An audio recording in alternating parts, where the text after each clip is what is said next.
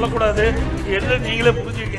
அது சொன்னா வேற விதமாயிரும். கண்ணு உறுத்துது, கோயில கட்டாவே கண்ணு உறுத்துது. அது இருக்கிற பணத்தை எல்லாம் எடுத்து கல்லூரி கட்ட ஆரம்பிக்கணும். அதிமுக ஆட்சியில இத்தனை கல்லூரி நாம் கட்டி கொடுத்துக்கிறோம், அரசாங்க பணத்தில் கொடுத்திருக்கிறோம்.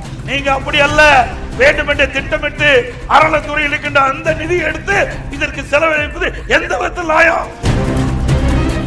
உங்க ஆட்சியில என்ன கட்டிருக்கிறீங்க பார்த்தாங்க.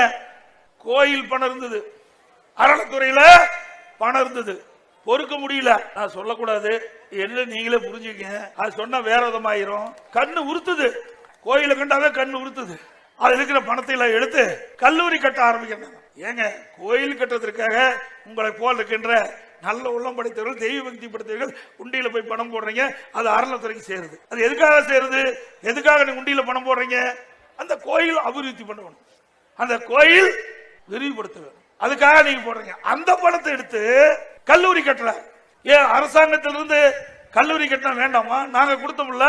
அதிமுக ஆட்சியில இத்தனை கல்லூரி நாம் கட்டி கொடுத்துக்கிறோம். மருத்துவ கல்லூரி, நான் சொன்ன அத்தனை கல்லூரியும் அரசாங்க பணத்தில் கொடுத்திருக்கிறோம். நீங்க அப்படி அல்ல, வேண்டுமென்றே திட்டமிட்டு அறநிலைத்துறையில் இருக்கின்ற அந்த நிதியை எடுத்து இதற்கு செலவழிப்பது எந்த விதத்தில் நியாயம்? சிந்திச்சு பாருங்க.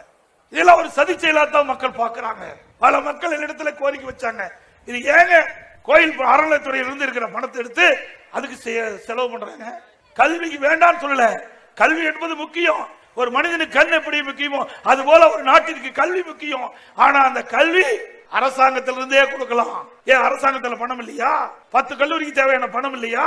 ஒரு சாதாரண கலை மற்றும் அறிவு கல்லூரி கூட அரசாங்க நிதியிலிருந்து கட்ட முடியவில்லைன்னா இந்த அரசாங்கம் தேவையா? தேவைங்களா?